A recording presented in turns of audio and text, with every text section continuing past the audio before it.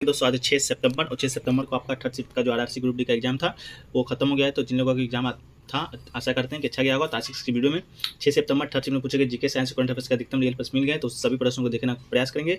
और दोस्तों फर्स्ट और सेकंड शिफ्ट का एनालिसिस अच्छे से नहीं हो पाया था, उसके लिए सॉरी चाहते हैं क्योंकि थोड़ा सा काम पड़ गया था। तो दोस्तों क्वेश्चन आपका अभी ये 100% रियल है। और दोस्तों इस वीडियो का अगर पीडीएफ चाहिए होगा तो व्हाट्सएप नंबर मैसेज कीजिएगा, व्हाट्सएप नंबर सामने दिया गया है। और दोस्तों चैनल पर नए हैं तो चैनल को सब्सक्राइब कर लीजिएगा और नोटिफिकेशन को भी दोस्तों ऑन कर लीजिएगा। तो चलिए दोस्तों शुरू करते हैं कि आज कैसा कैसा प्रश्न आपको देखने को मिला था। तो पहला प्रश्न दोस्तों देखना को मिल रहा है पॉलिटिक्स से आपका देखने को मिला था कि 6 से 14 वर्ष के बच्चों के लिए शिक्षा का अधिकार किस अनुच्छेद में है। तो ये क्वेश्चन बार बार बहुत बार पूछा गया है दोस्तों। तो ये क्वेश्चन तो सबको लगभग मारे दिए होंगे जो एनालिसिस प्रतिदिन देखते हैं। तो 6 से 14 वर्ष के बच्चों को शिक्षा का अधिकार किस अनुच्छेद में है, तो आपका अनुच्छेद 21A में है। भाग 3 के माध्यम से 6वें संविधान संशोधन विधेयक से 14 साल के सभी बच्चों को मुफ्त और अनिवार्य शिक्षा के लिए अधिकार को मौलिक अधिकार माना गया था। तो अनुच्छेद 21A में है, भाग 3 में। कब लाया गया था ये, तो 6वें संविधान संशोधन हुआ था आपका 2002 ईस्वी में। उसी में दोस्तों आपका 14 साल के बच्चे को शिक्षा का मौलिक अधिकार के रूप में माना गया था। अगला क्वेश्चन दोस्तों पूछा गया था कि राजस्थान के नागौर से पंचायती राज व्यवस्था का शुरू हुआ था, तो वो कब हुआ था, ये प्रश्न को पूछा गया था। तो दोस्तों बापू की मौत के 2 साल बाद ग्राम स्वराज का उनका ये सपना राजस्थान के नागौर से पूरा हुआ है। तो दोस्तों जो पंचायती राज व्यवस्था का जो सपना था वो आपके हम लोग के राष्ट्रपिता महात्मा गांधी का ही सपना था। तो वही दोस्तों उनका जो सपना है, उनका मृत्यु हो गया था।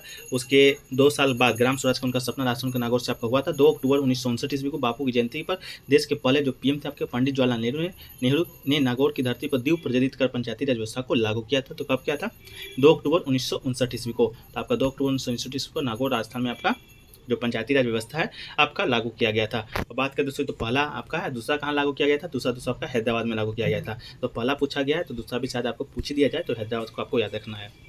अगला क्वेश्चन पूछा गया था दोस्तों आपका कौन सा शास्त्रीय भाषा नहीं है। तो ये क्वेश्चन भी दोस्तों आप लगभग बना ही दिए होंगे जिन लोग रोज एनालिसिस देखते हैं। बार बार बताएं दोस्तों कि आपके जो भारत में कुल 6 शास्त्रीय भाषाएं, ठीक है। 6 शास्त्रीय भाषाओं की बात करें तो आपके तमिल है, तेलुगु है, संस्कृत है, कन्नड़ है, मलयालम है, उड़िया है को शास्त्रीय भाषा का दर्जा प्राप्त है। तो आपके शायद ऑप्शन में पाली भी था, तो आपका ऑप्शन सही हो जाएगा। पाली जो भाषा है आपका शास्त्रीय भाषा नहीं है। वही बात कर दोस्तों आपका तमिल का, तो तमिल दोस्तों कब भारतीय शास्त्रीय भाषा का प्राप्त हुआ था, ये आपका 2004 में हुआ था। संस्कृत को दोस्तों 2005 में हुआ था। और दोस्तों मलयालम को 2013 में हुआ था। और दोस्तों उड़िया को 2014 में हुआ था। तो दोस्तों ये आपका इस विषय है, ये सभी जो आपको भी बताएं वो सभी आपका पूछा ही गया है कि 2004 में कौन सा भाषा को शास्त्रीय भाषा में शामिल किया गया है, 2005 में कौन सा भाषा को शामिल किया गया था, 2014 में कौन सा भाषा को शामिल किया गया है। और कन्नड़ और तेलुगु के बारे में उस विषय में मुझे जानकारी नहीं है कि कब किया गया था, वो आप कमेंट सेक्शन में बताइएगा कि तेलुगु कन्नड़ को कब शास्त्रीय भाषा में शामिल किया गया था। 6 भाषा हैं, 6 भाषाओं को दोस्तों आप याद कर लीजिएगा, एक प्रश्न हमेशा इस टॉपिक से आ रहे हैं। अगला दोस्तों कि राजपथ पर गणतंत्र दिवस पर भाषण कौन देता है, इस तरह का प्रश्न आपका शायद आया था। तो इसका जो राइट आंसर दोस्तों आपका प्रधानमंत्री हो जाएगा।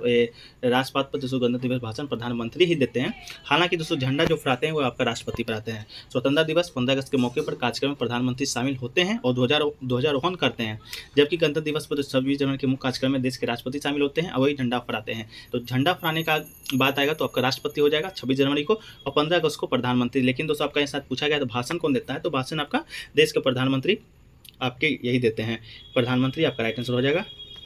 अगला क्वेश्चन दोस्तों आपका 73वां संविधान संशोधन से आया था कि ये पंचायती राज व्यवस्था गठन कब हुआ था, किस संशोधन के द्वारा हुआ था। तो यह अधिनियम 1992 में आपका पारित किया गया था। भारत में पंचायती राज व्यवस्था को लागू करने की दिशा में एक बड़ा कदम था। तो ये आपका प्रश्न आया था।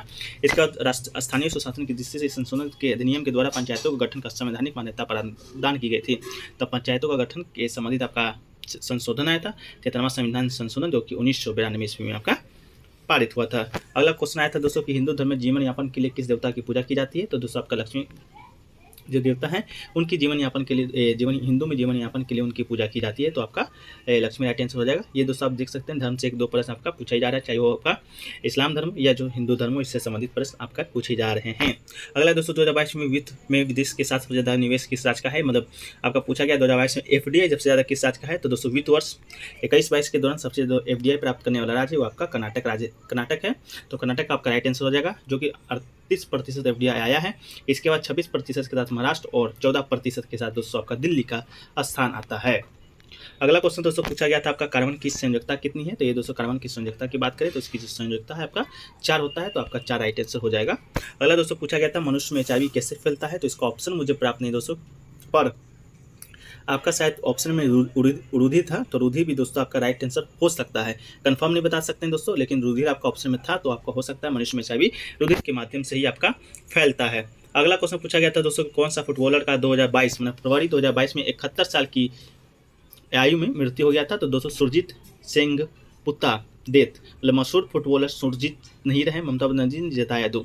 जो मशहूर फुटबॉलर हैं सुरजीत सेनगुप्ता, उनका दोस्तों आपका फरवरी 2022 में 71 साल की आयु में दोस्तों आपका मृत्यु हो गया था। तो आपका ओवरऑल हमको 90% विश्वास है कि आपका यही आंसर होगा। अगर ये ना रहा तो दोस्तों आपका जो मशहूर फुटबॉल है समर बरदू बनर्जी का 93 साल की उम्र में निधन हुआ था। 1956 के ओलंपिक में की थी भारतीय फुटबॉल टीम की कप्तानी। तो हालांकि ये इनका जो मृत्यु हुआ आपका जून 2022 में हुआ था, आपसे पूछा गया था फरवरी 2022 का, तो आपका सुरजीत सेनगुप्ता ही राइट आंसर होगा।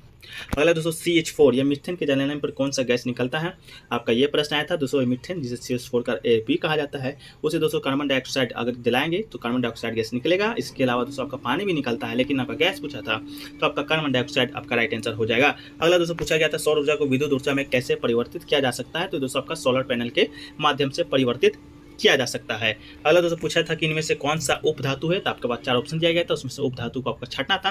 हालांकि जो यहाँ पर आंसर लिखा गया सभी उपधातु ही है, boron, silicon, germanium, arsenic, antimony, ये सभी दोस्तों उपधातु हैं। इसके अलावा 3 ऑप्शन आप छांट लीजिएगा, एक ऑप्शन आपका जो ऑड होगा वो आपका राइट आंसर हो जाएगा।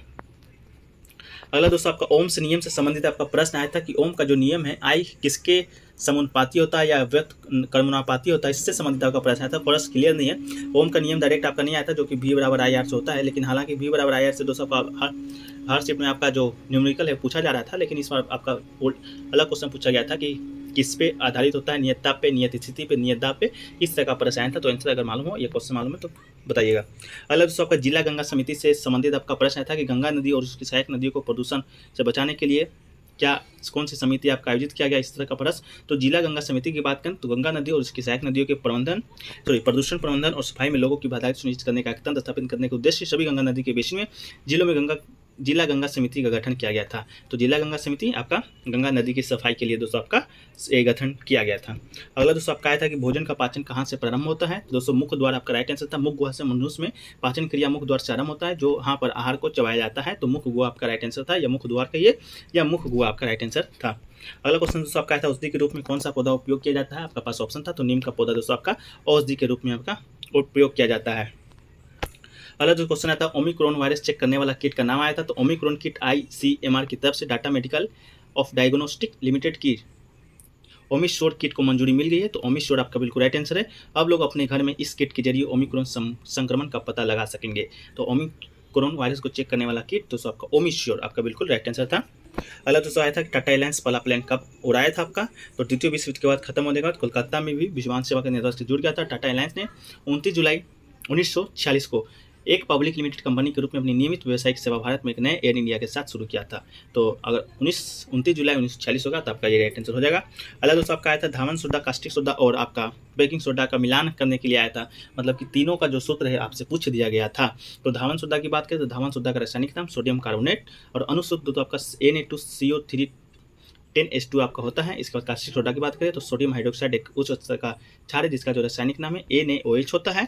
इसके अलावा दोस्तों आपका है बेकिंग सोडा। तो बेकिंग सोडा दोस्तों बाइकार्बोनेट एक कार्बोनिक यौगिक है। इसे मीठा या खाने का सोडा भी कहा जाता है क्योंकि विभिन्न व्यंजनों बनाने के लिए उसका उपयोग किया जाता है और इसका अनुसूत्र दोस्तों आपका NaHCO3 है। तो आप मिला लीजिएगा, अपना मिलान करके आंसर बताइएगा।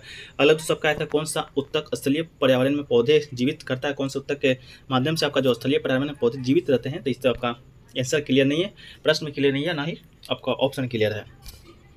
अगला दोस्तों गोदावरी नदी के संबंधित आपका प्रश्न आया था कौन सा कथन आपका गलत है? तो आपके पास 4 ऑप्शन दिया गया था, उसमें गलत ऑप्शन को छांटना था, ऑप्शन क्लियर नहीं है। अगला है दोस्तों यूपीएससी ने OBC और SC के लिए कौन सी स्कॉलरशिप योजना आपका लाया है? तो ये भी प्रश्न दोस्तों क्लियर नहीं है। अगर और भी प्रश्न आपको मालूम है या ये सभी प्रश्नों का आंसर मालूम है तो आप कमेंट सेक्शन में दोस्तों बताने का प्रयास कीजिएगा। और दोस्तों इतना ही प्रश्न अभी तक मुझे प्राप्त हुए हैं, जैसे जैसे प्रश्न मिलते जाएंगे PDF में ऐड कर देंगे। इसके अलावा कमेंट सेक्शन में भी पिन कर दिया करेंगे। तो इसका PDF दोस्तों आपको कहाँ मिलेगा? टेलीग्राम चैनल पर अपलोड कर दिया जाता है। इसके अलावा आप मैसेज भी कर सकते हैं, व्हाट्सअप नंबर सामने दिया गया है। तो दोस्तों कैसा लगा वीडियो को कमेंट सेक्शन में बताइएगा। अच्छा लगा तो वीडियो को लाइक कीजिएगा, दोस्तों में अधिक से अधिक शेयर कीजिएगा। दोस्तों चैनल पर नए हैं तो चैनल को सब्सक्राइब कर लीजिएगा, नोटिफिकेशन बेल ऑन कर लीजिएगा। तो मिलते हैं दोस्तों नेक्स्ट वीडियो में, जब तक के लिए जय हिंद जय भारत।